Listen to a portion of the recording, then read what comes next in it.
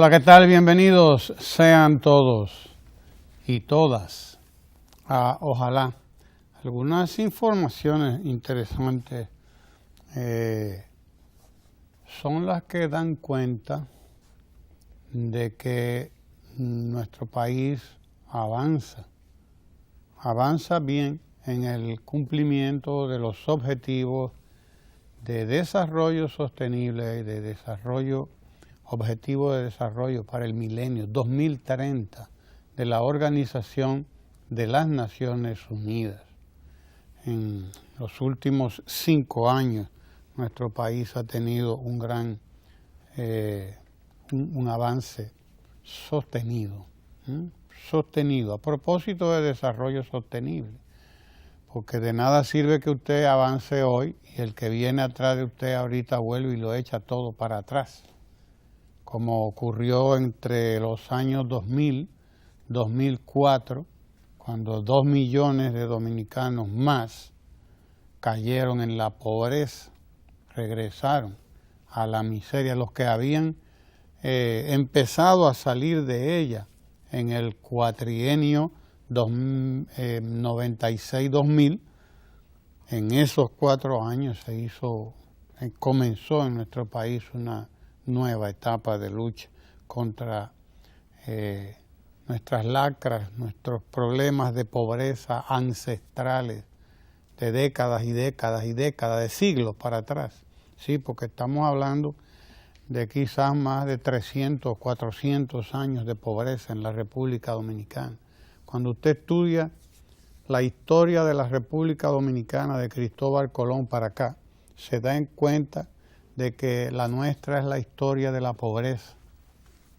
La historia de la pobreza, por cierto que hay un texto de don Pedro Mir, nuestro poeta nacional, que si mal no recuerdo, precisamente lo que trata es eso, la historia de la pobreza, la historia de la miseria. Creo que ese mismo es el título, la historia de la pobreza en la República Dominicana. Y estamos hablando de 300 años, 400 años de pobreza en la República Dominicana. Los siglos XVII, XVIII, XIX son siglos de mucha pobreza, de mucha pobreza. Usted busca las fotografías, usted busca la historia de nuestros pueblos en el siglo XIX, en 1800. 1844 estábamos saliendo de la dominación haitiana y todavía nuestra población era apenas de unos 100.000 habitantes, 120.000 habitantes, pequeños poblados de 4 o 5 casas de tablas de palma, techadas de cana, cuando ya hacía muchas décadas, muchos años que otros tantos pueblos habían comenzado su etapa de desarrollo importante. Nosotros seguíamos siendo un pueblo muy pobre, todo el siglo XIX y buena parte del siglo XX no es más que la historia de la pobreza en la República Dominicana. En estos momentos nuestro país está por fin dejando atrás ese escándalo. Nuestro país está dejando atrás la pobreza, la miseria. Y precisamente el ministro de Economía, Planificación y Desarrollo de nuestro país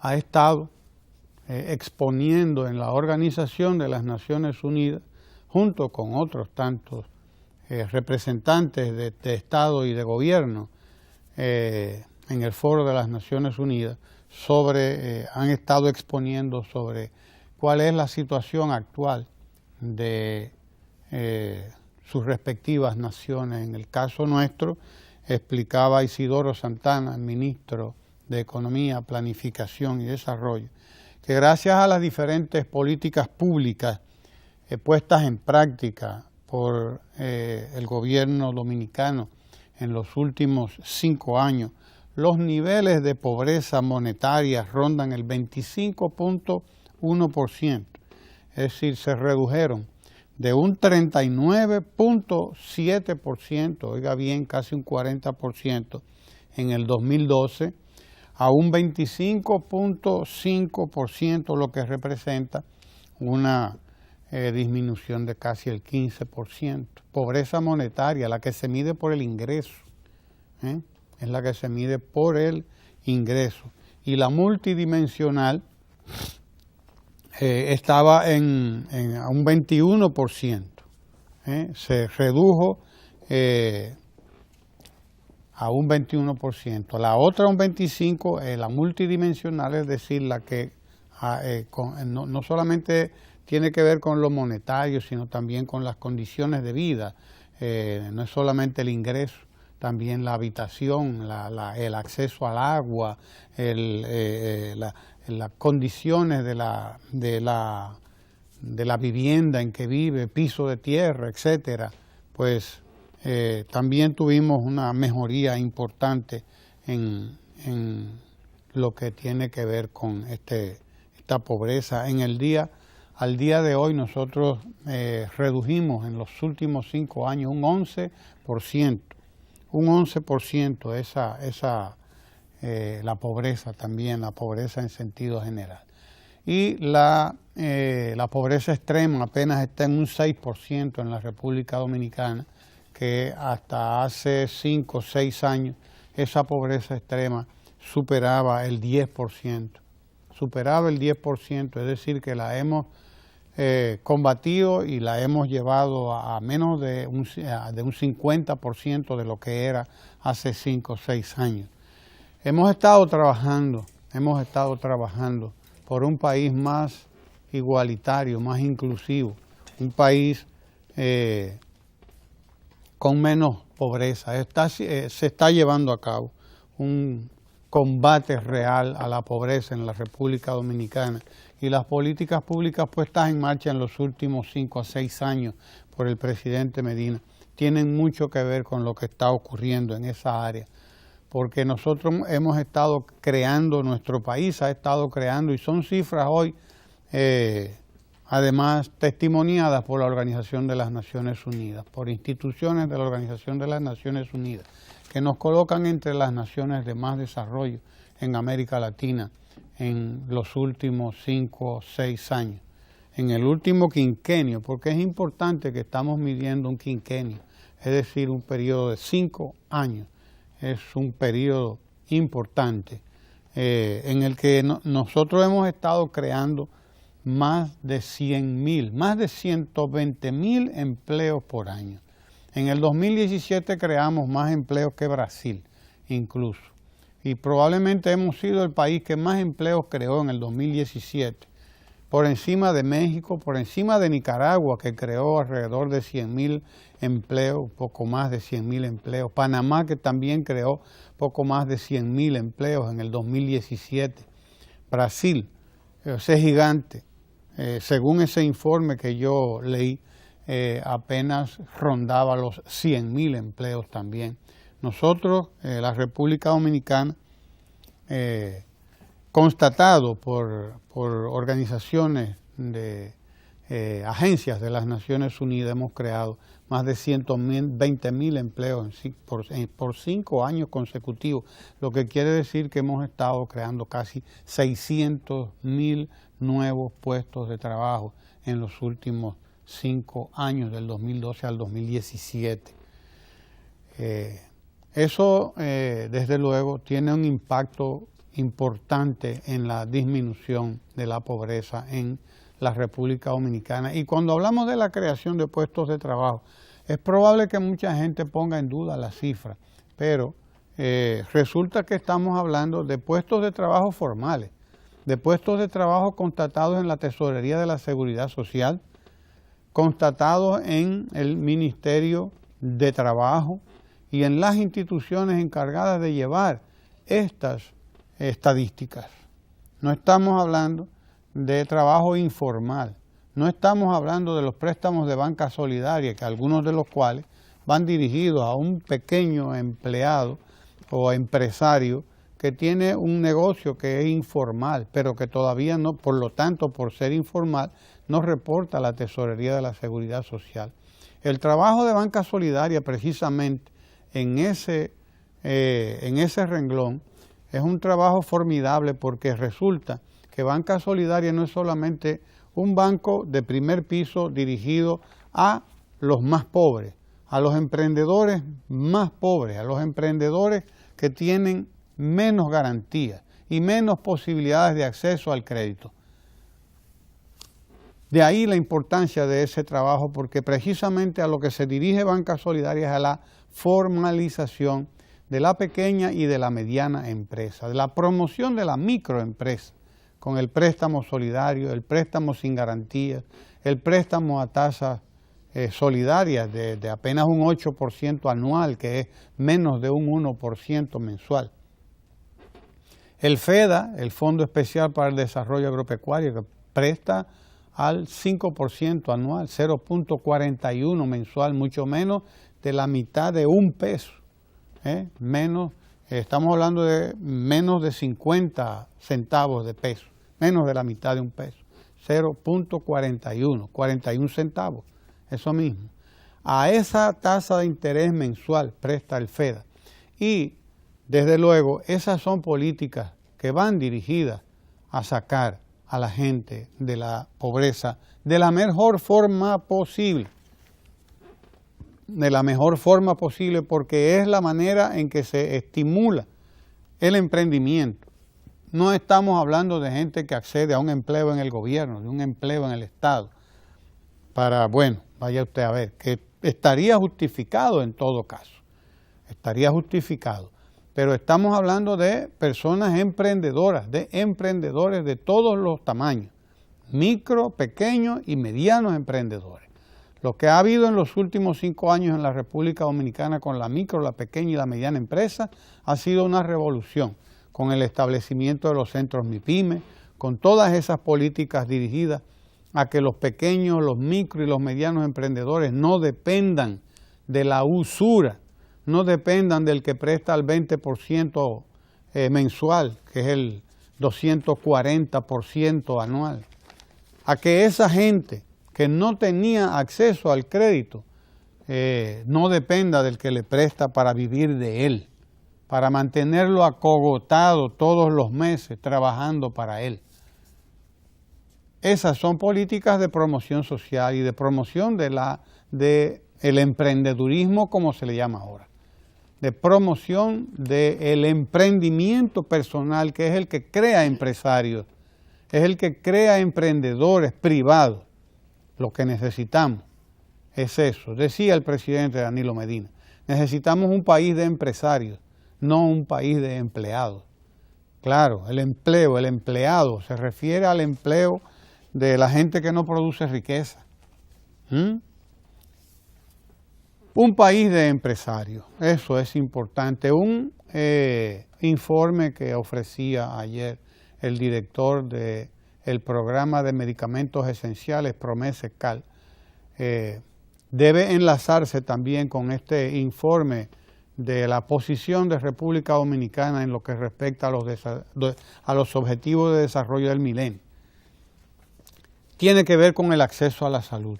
Decía Antonio Peña Mirabal, el director de PROMESE-CAL, que en los primeros 6 meses de este año, los dominicanos y dominicanas, las familias dominicanas, ahorraron más de 2.000 millones de pesos en lo que tiene que ver con acceso a medicamentos esenciales. Y cuando hablamos de acceso a los medicamentos, estamos hablando de acceso a la salud, de cuidado de la salud. Estamos hablando de mejorar las condiciones de acceso a los medicamentos por parte de la población más importante del país, que es la población pobre.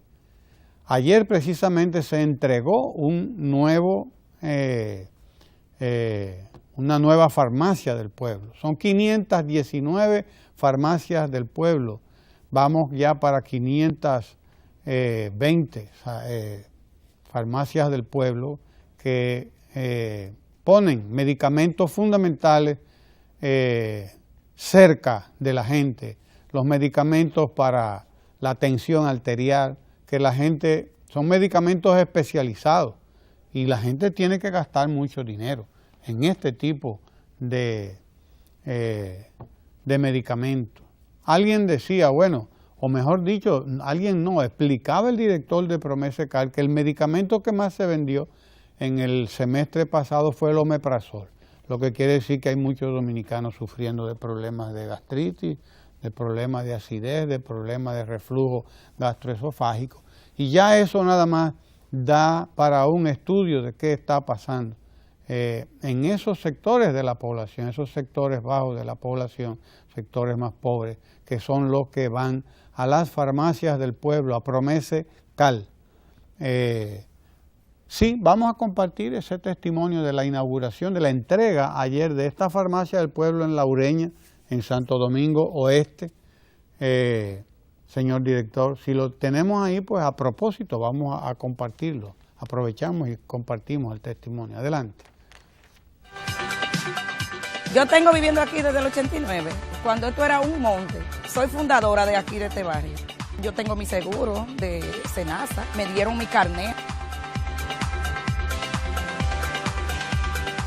Y estamos contentos y felices porque nosotras todas sufrimos de la presión, las señoras mayores. A veces tenía uno que pagar 60 pesos para ir a la capital a buscar medicamentos. Aquí hay alguna farmacia, podían ser de calidad pero más caros, pero tú sabes que siempre el pobre está buscando lo más barato. Ahora tenemos que venir a comprar los medicamentos aquí.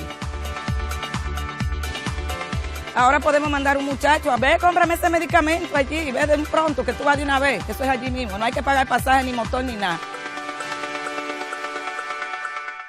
2.370 millones de pesos es la cantidad que se ahorró el pueblo dominicano en los primeros 6 meses del 2018, solo en la compra de 30 productos médicos en las farmacias del pueblo.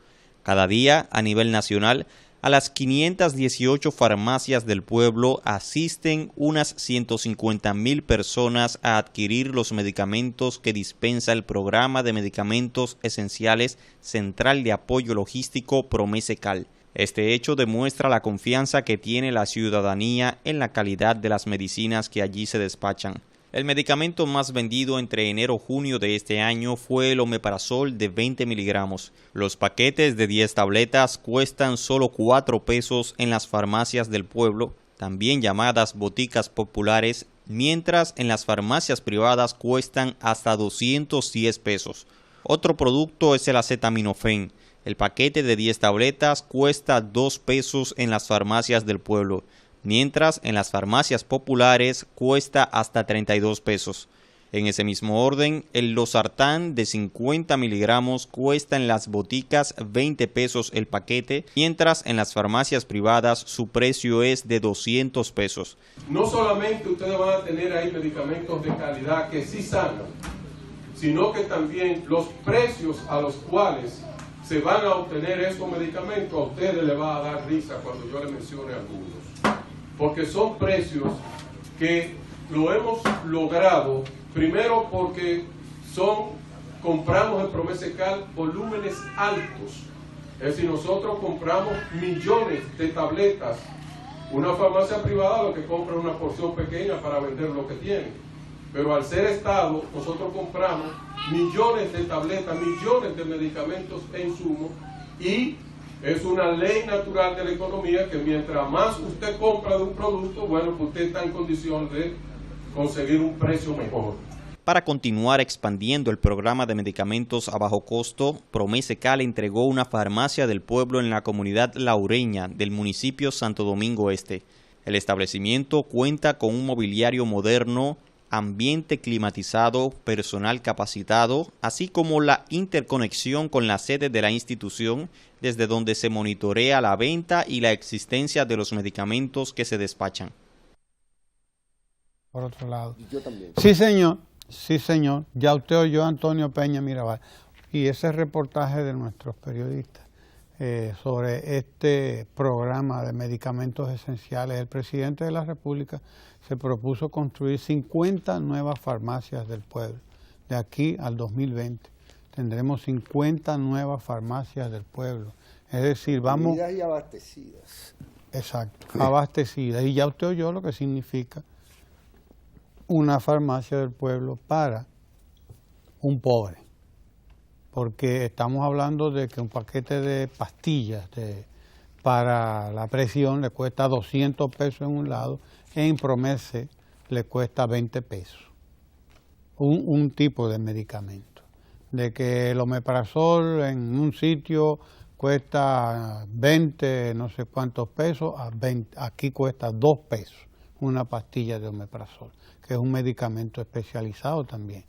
Y la relación es 10-1, y en algunos casos es todavía mucho más grande, no es 10-1, para que entendamos lo que significa acceso a la salud. Acceso a la salud no es solamente tener buenos hospitales como los que está entregando el presidente de la República, no es solamente tener abastecidos los propios hospitales como lo están abastecidos de medicamentos, de lo que necesitan. Es también acceso a esto, a los tratamientos permanentes que la gente lleva, que también requiere de un gasto importante, de una inversión importante de la gente en esto. Pero además, cuando hablamos de las farmacias del pueblo, estamos hablando del abaratamiento de la salud, del acceso a la salud por parte de todo el mundo, pero también de la transparencia, porque la adquisición de estos medicamentos se hace mediante licitaciones públicas nacionales e internacionales. Porque Promese Cal se ha convertido en un abastecedor de medicamentos, no solamente para las farmacias del pueblo, sino también para centros privados que eso les permite tener acceso a medicamentos que a su vez ellos ponen a disposición de la gente. Y estamos en un país mucho mejor abastecido en ese sentido que lo estuvo hace 5 o 6 años, si queremos medir solamente este quinquenio, que es el que está evaluándose en la Organización de las Naciones Unidas, en la reunión de evaluación de los objetivos de desarrollo del milenio, trazados por la Organización de las Naciones Unidas. Somos hoy uno de los países con mayor cobertura de salud en América Latina. De ser uno de los países con peor cobertura de salud. Óigalo bien, hace apenas 10, 15 años la República Dominicana era uno de los países con menor cobertura de salud en América Latina. Hoy somos uno de los 4 países, óigalo bien, estamos entre los 4 países con mayor cobertura de salud, y eso se ha conseguido en menos de 10 años, probablemente. Hemos pasado a ser, y en los últimos 5 años, pues el jalón ha sido grande. Porque más de 1 millón de dominicanos han accedido a la cobertura de salud a través del servicio del Seguro Nacional de Salud, el SENASA, para que entendamos qué es lo que está pasando. Hoy tenemos un 76% de todos los dominicanos tienen un seguro de salud, ya sea en el régimen contributivo, ya sea en el régimen subsidiado.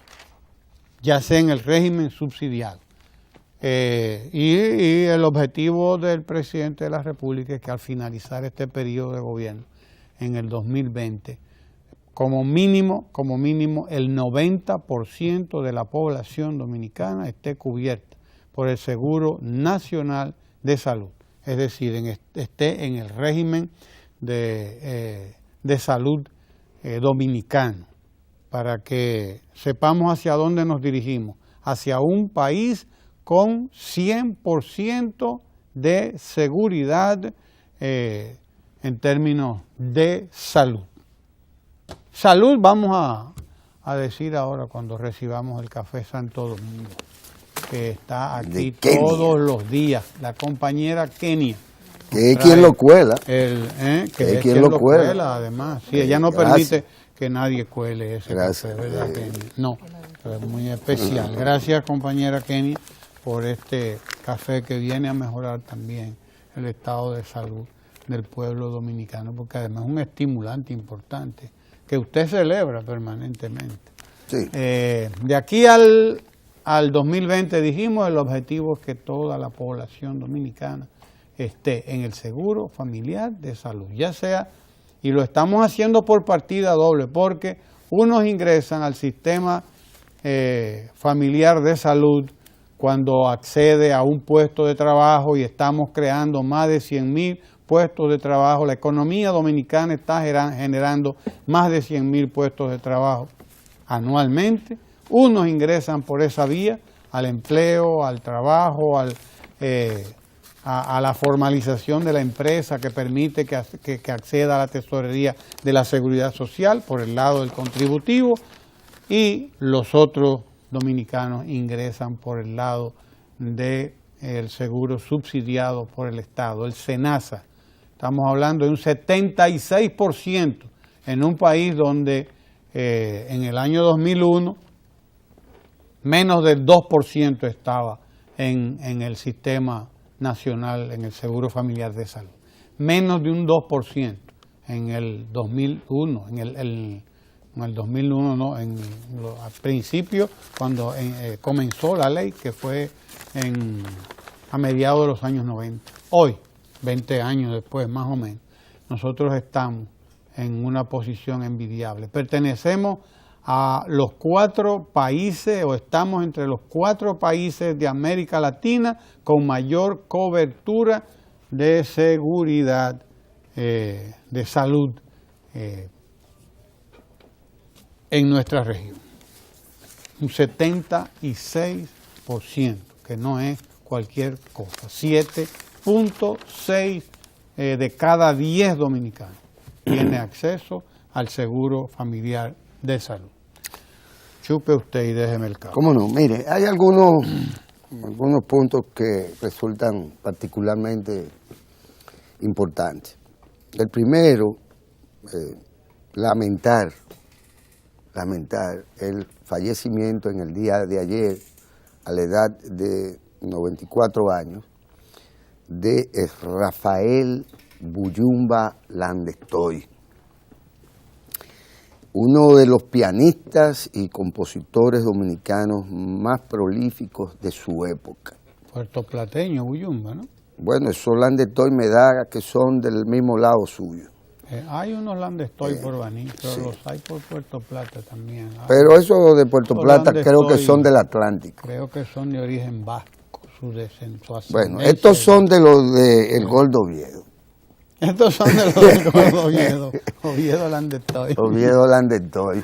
Sépalo usted. Sí. Bueno, son de por ahí, de por donde yo le dije. Puerto Plata está muy lejos. Bueno. Pero mire, se trata de, sin duda, una de las glorias del arte y de la música universal y dominicana. Buyumba Landestoy dejó grandes contribuciones a eso que bien se considera parte del patrimonio cultural dominicano, que es el patrimonio musical, entre otras cosas y otras manifestaciones de este. Y bueno, los restos de don Buyumba Landestoy, que hay que destacar, porque que él vivió sus últimos años hasta este fallecimiento, ya ahí en la ciudad colonial. En algún momento quisimos hacer un trabajo sobre este. Y bueno, dedicado, Ramón, y amigas y amigos, a ir a la iglesia. Iba prácticamente, le vi regresar o ir hacia la Catedral de la República, que llama la atención porque realmente Buyumba Landestoy no se puede decir que era un ángel, que era un beato, ni nada que se le ocurriera. Era un bohemio. Era un bohemio que vivió muchos años de su vida fuera del país, en la ciudad más importante, digamos, del arte. Es decir, la ciudad cultural por excelencia del mundo, que es la ciudad de Nueva York y particularmente Manhattan. Y de regreso, regresa a su patria, lo que quiere decir que nunca estuvo realmente en ningún término desvinculado de ella, y se entregó propiamente a ese credo por el que él nunca había hecho causa o había predicado ni nada por el estilo. Una persona a la que no se le puede señalar ninguna tacha, que no fuera a ser el gran artista que fue. Y qué pena que la Asociación de Músicos, Cantantes y Bailarines, AMUCABA, no tenga el peso entre la propia clase, si se le puede decir clase, pero grupo profesional, que son los músicos, los cantantes y los bailarines. No tenga la gravitación o el respaldo o la militancia de una buena parte de esto. Porque debería ser esa asociación y deberían ser los cronistas de arte que viven de la farándula por demás, los que asumieran. Debió haberse asumido de no andar promoviendo desde el sector privado los negocios estos de las premiaciones. Se les debió haber reconocido en vida a don Buyumba Landestoy, a Rafael Landestoy, se le debió haber reconocido en vida los aportes que hizo a la dominicanidad. Porque los hizo además ante el mundo, como lo hacen otros de otras generaciones que tienen ese peso de la representación de la música dominicana. Y deberían ellos entonces rendirle como grupo profesional, y el pueblo debería rendirle también el homenaje merecido y la solidaridad a los familiares de este gran músico dominicano. Bueno, paz a sus restos, y estos serán expuestos hoy a las 12 del mediodía, y ya luego será sepultado en el día de mañana a las 12 del mediodía en el cementerio Puerta del Cielo. Y bueno, hay que destacar también en ese sentido que el Ministerio de Cultura en el año 2017 pues les rindió por igual un merecido homenaje a don Buyumba Landestoy. Así debieron haberlo hecho todos los músicos, cantantes y bailarines del país, muchos de los cuales tocaron música de él, piezas emblemáticas de su repertorio, por así decirlo, que no solo los clásicos, que por igual también lo hicieron, los sinfónicos, si se quiere decir, en su momento también tocaron música de don Buyumba Landestoy.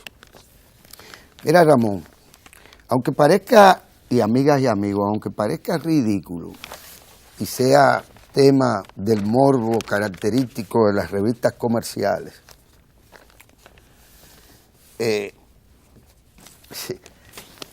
hay que decirle a unas cuantas personas en este país que hay ciertas cosas que se deben respetar. Un poco aquello de Lili cuando le fueron a hablar mal de Duarte o de Sánchez o del otro, que primero los dejó esperando días haciendo yuca, como se dice, para hasta finalmente recibirlo. Y ya luego de conocer la queja y los chismes y la cosa, este señor que tenía un dejo ¿qué se dice? De sarcástico o de cínico, sarcástico, cínico, pero además que tenía un gran sentido del humor. Claro. ¿Verdad? Que tenía un gran sentido del humor. Pues Lili le dijo a alguien, mire, pero no me remenee el altar, que se me caen los santos. Bueno, pues hay ciertos temas que aquí la gente tiene que asumir con más respeto. Porque de lo contrario, entonces terminamos en el irrespeto colectivo, desatado, que le permite ya a mucha gente referirse a la investidura presidencial, por ejemplo, como si se estuvieran refiriendo a un mojiganga o a una investidura que no merece respeto. Y estoy hablando de cierta gente que se consideran a sí mismas divas o figuras del arte, de que se ponen a hablar. ¿Pluma de qué? Pluma de burro. Pluma de burro le llama a usted, no, que se ponen a hablar porquería. Y sabrá Dios, ¿a cambio de qué? Porque que uno sepa, nunca han hecho nada gratis. ¿A cambio de qué? Y mientras tanto, se consideran con el derecho de decir cualquier disparate infamante. Me estoy refiriendo a que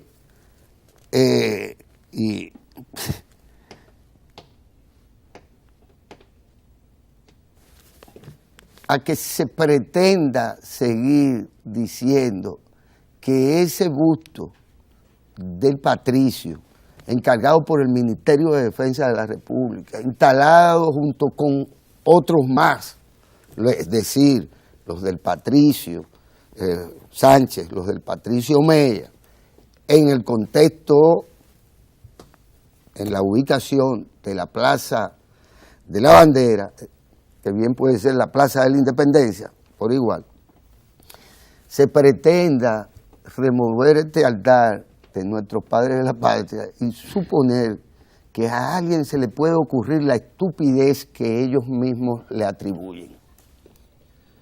La estupidez de ellos mismos, atribuida a los demás.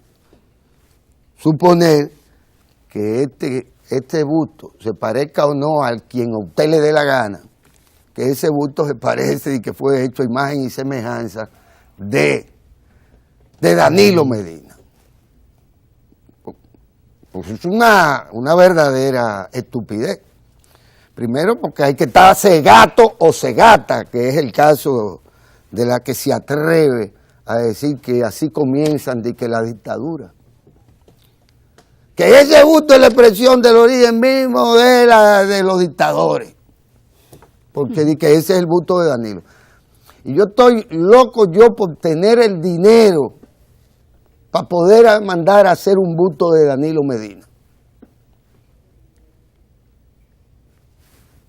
Cosa que no sería extraño. Porque deberían haber bustos por toda parte de todos los presidentes de la República, incluyendo a Hipólito Mejía, o incluyendo a Jorge Blanco. Tendríamos que chuparnos a Balaguer por igual, pero cosas tan difíciles.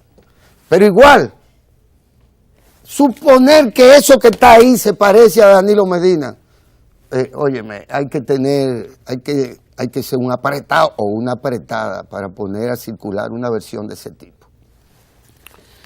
Y entonces, luego de que a nadie aquí le han pedido explicaciones por miles de bustos o de parecidos a los bustos, porque hay que suponer si, ¿cómo que se llama el moreno del Museo del Arte del Hombre Dominicano? Museo del Hombre, el que tiene la escultura que está allá afuera. Lemba. Que Lemba era así. O qué sé yo, dígame usted, que los miles de bustos que hay en este país. Enriquillo. Enriquillo. Hay un Enriquillo. No, o que Anacaona es la india de cuerpo exuberante que hay en el Parque Colón, en el llamado Parque Colón. Sí, claro. Que esa sí se parece a Anacaona, que la quemaron ahí mismo, creo. Y posiblemente la enterraron y después la taparon. No, que eso sí se parecen, nunca nadie, no, pero suponer que el Cristo a imagen y semejanza, que el Duarte a imagen y semejanza de... Negrita, ese de estar interrumpiéndome cuando yo estoy hablando. Que el Cristo de las Américas es igualito a Duarte, no es igualito a la versión que Balaguer quiso vendernos de Duarte, que era hasta una especie de medio mariconcito. Un hombre que nunca llegó a tener esa edad, ni esa frente, ni nada. Ese que está ahí en la pantalla, ese sí se parece a Duarte. Y ustedes saben de cuándo data ese busto de Duarte. Y la última foto que se conoce, que existe y lo atestiguan los historiadores, es la que se toma como referencia para esto, que es la de un hombre de 60 años. Ah, no, pero nadie nunca consultó. Yo quisiera saber si el Instituto Duartiano fue consultado por Balaguer para saber si ese era el Duarte del Instituto Duartiano o si era el Duarte de, ¿cómo se llama el libro de Balaguer? Cristo de la Libertad. Del Cristo de la Libertad de Balaguer, que es el cuento que Balaguer o el perfil que Balaguer hizo de Juan Pablo Duarte. Que por cierto, yo no sé, no creo que haya sido nunca duartiano, en realidad. Porque hay que ver así de la misma forma que fue capaz de hacer lo que hizo el discurso mortuorio de Trujillo. Ese no es Duarte. Exacto, Ese ese es Duarte, ese es un uno señor, de los tantos Duarte. No, ese es un señor italiano. Que sirvió de modelo para el que finalmente hace esa pintura. Señor, para Urdaneta. Ahora, Ese sí es Duarte. qué ridículo resulta que tengamos que estar en esto.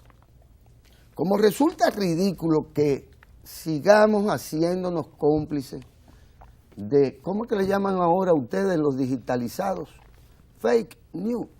Fake news, las noticias falsas. Las noticias falsas, que son más que las verdaderas y que la gente, por pura estupidez, por puro instinto, por pura ignorancia, porque hacen las cosas y no le dan o le atribuyen importancia, la que puede tener estos temas, las envían o las reenvían, las retuitean, no sé cuántas cosas. Porque usted sabe lo que es armar una mentira que dicte de la realidad en términos de montos, de 1.400 a 430.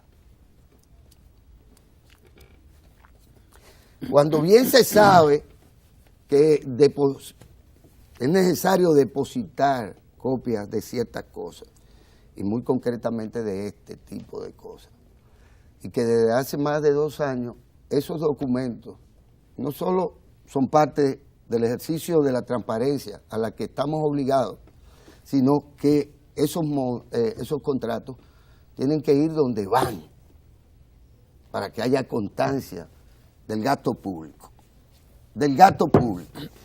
Y el Congreso de la República, para que pueda, si lo requiere, digamos, ver si es verdad que se está gastando el dinero como se iba a gastar, como estaba planificado, en planes de compra, en contratación de servicios, etcétera, de procedimientos que están establecidos. Y se pueda poner a circular y haya una discusión tan estéril como la de esta, de si el busto se parece o no a Danilo Medina, pues eso es lo más grande, o la posibilidad de que se crea que usted puede pasar de contrabando, ya sea como mentira o ya sea como verdad, 1.000 millones de pesos. Pero eso es parte de la paja, no del grano. Eso es parte de la espuma y no del chocolate. Y un país con los retos que tiene por delante y que viene venciendo en beneficio de la mayoría de los dominicanos que saben distinguir entre una cosa y la otra, y entre los farsantes y los servidores públicos, entre quienes siempre han estado al servicio de las élites y de las minorías, y quienes siempre han transitado toda su vida al lado de, como se dice como cliché, los mejores intereses del pueblo. ¿Verdad, Ramón? Así mismo. Bueno, pues resulta ser, para que ustedes entiendan cuál es la lucha ahora, es no dejarse engañar, porque parecería que ha sido convertido en credo esto de que todos los días sale un pendejo a la calle, y de que como somos todos pendejos, todos los días salimos a la calle, y se nos puede engañar, entonces es defendernos de los engaños, lo que tenemos que hacer. Fíjense una cosa, nada más y nada menos que la presidencia de la República tiene que salir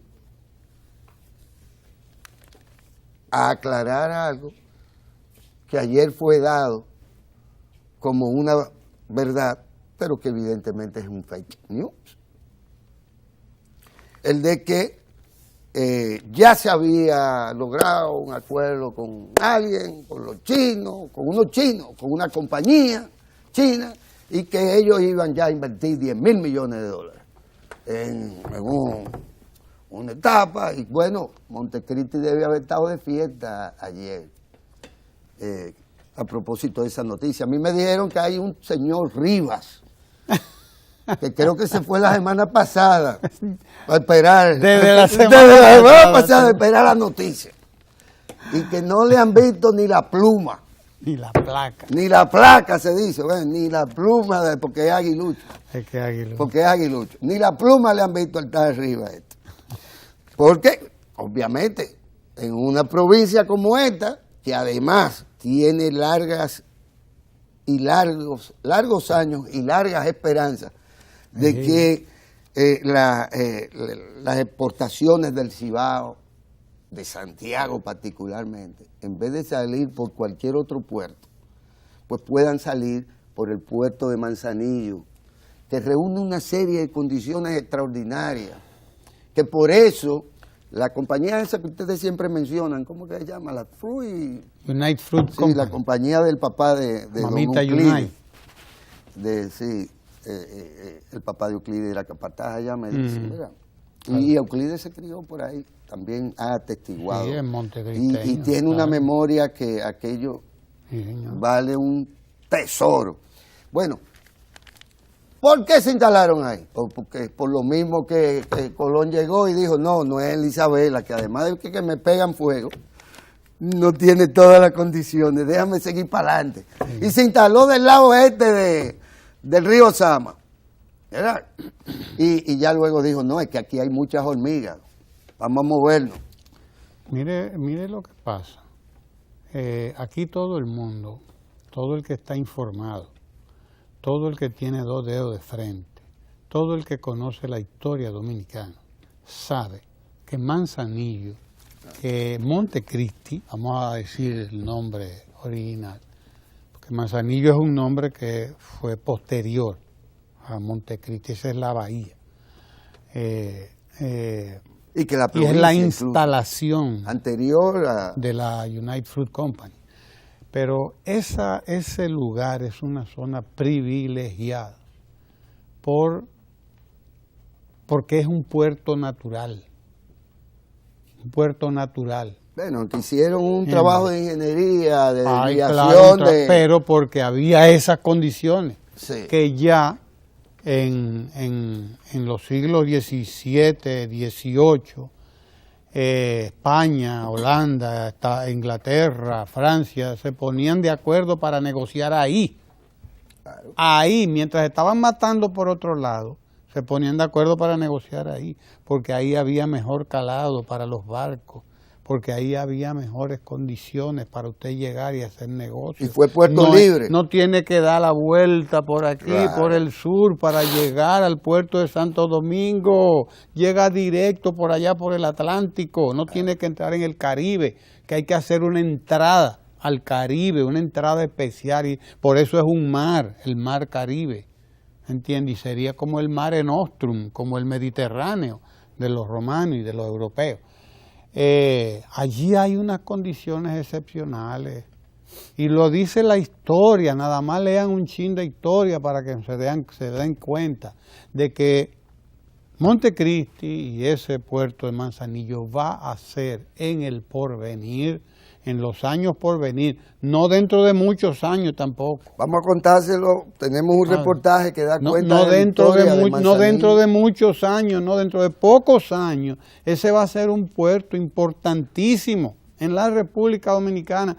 Desde ya lo es, porque por ahí es que se exporta casi todo el guineo, casi todo el banano que se exporta del país, que sale para Estados Unidos, para Florida, para donde quiera, por ahí, hasta para Europa, se va por ahí, por Manzanillo. Como se iba antes el Campeche. Es por Manzanillo, exacto, como se iba el Campeche y como se iba todo lo que se iba por ahí. En la época colonial, por Dios, no seamos. Por donde entró José Martí. Pues donde se reunió fue en Montecristi con Máximo Gómez, porque por ahí se iba a devolver, así mismo, ¿me entiende? Hacia Cuba, que le quedaba un paso, entonces, o hacia Jamaica, que le quedaba un paso también. Entonces, aquí hay gente que llega a la información tarde.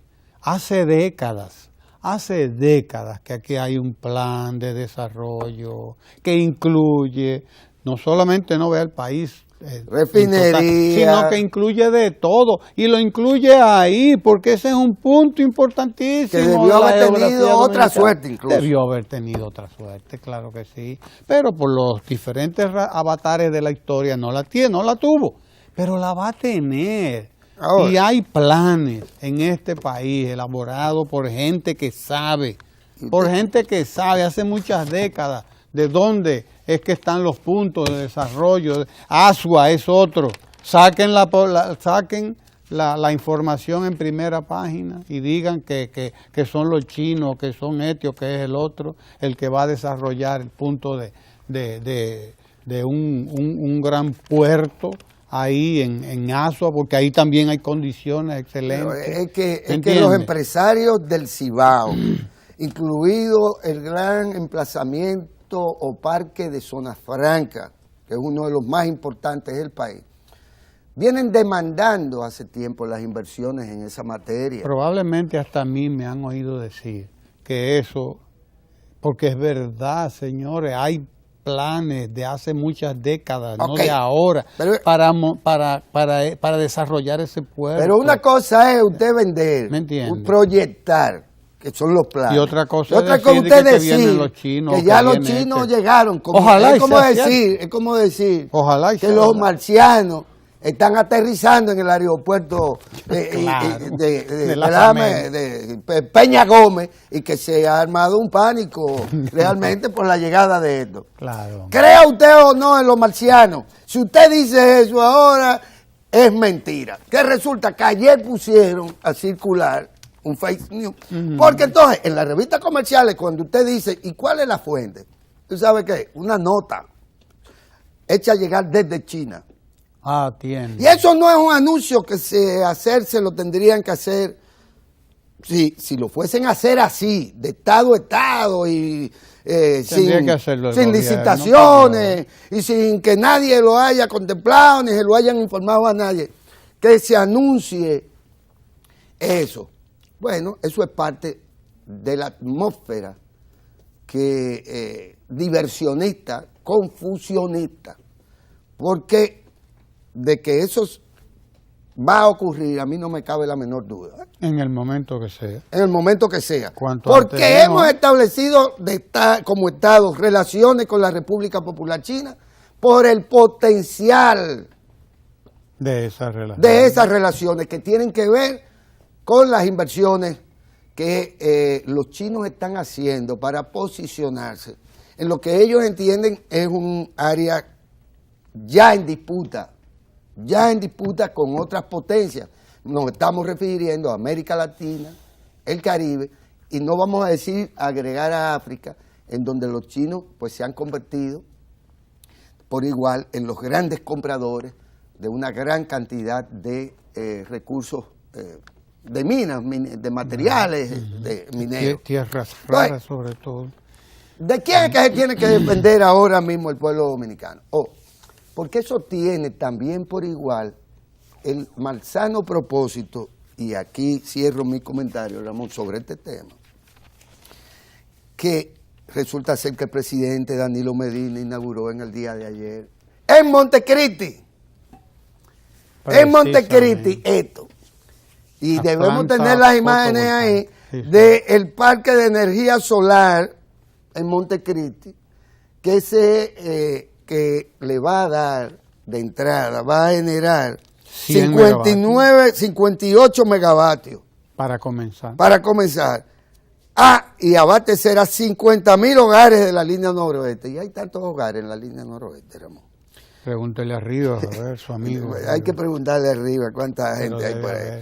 Pero esto va a tener un impacto, esta inversión real que está ahí, se acaba de inaugurar, tendrá un impacto en la calidad de vida de 50,000 hogares, entre estos de Guayubín, que no solo, ¿verdad?, de eso, de que le llaman, miren aquello, que es sin lugar a duda una inversión que me permito, y esto es quizás un disparate decir, 100 millones de dólares. Me parece que esa tecnología, que no debe ser hoy la más cara, es China. Porque podemos suponerlo, pero que resulta que esto que se inauguró ayer pasa desapercibido de alguna manera, pasa desapercibido. ¿Por qué pasa desapercibido?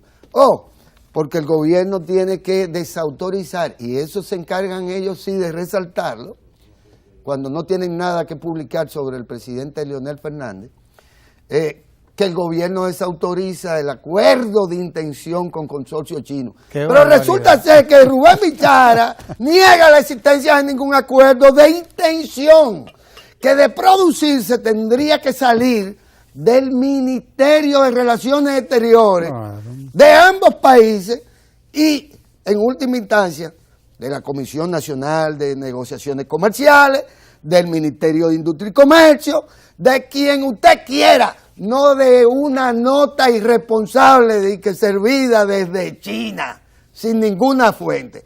Pero resulta, díganme ustedes si no compite el escándalo con la alegría de los montecristeños que van a ser favorecidos por una inversión ya hecha por igual con tecnología china que ha desplazado en materia de paneles solares, porque lograron reducir increíblemente el costo de esta tecnología, que le permite hoy a los chinos competir con los norteamericanos en territorio norteamericano en esta materia de este tipo de tecnología abaratada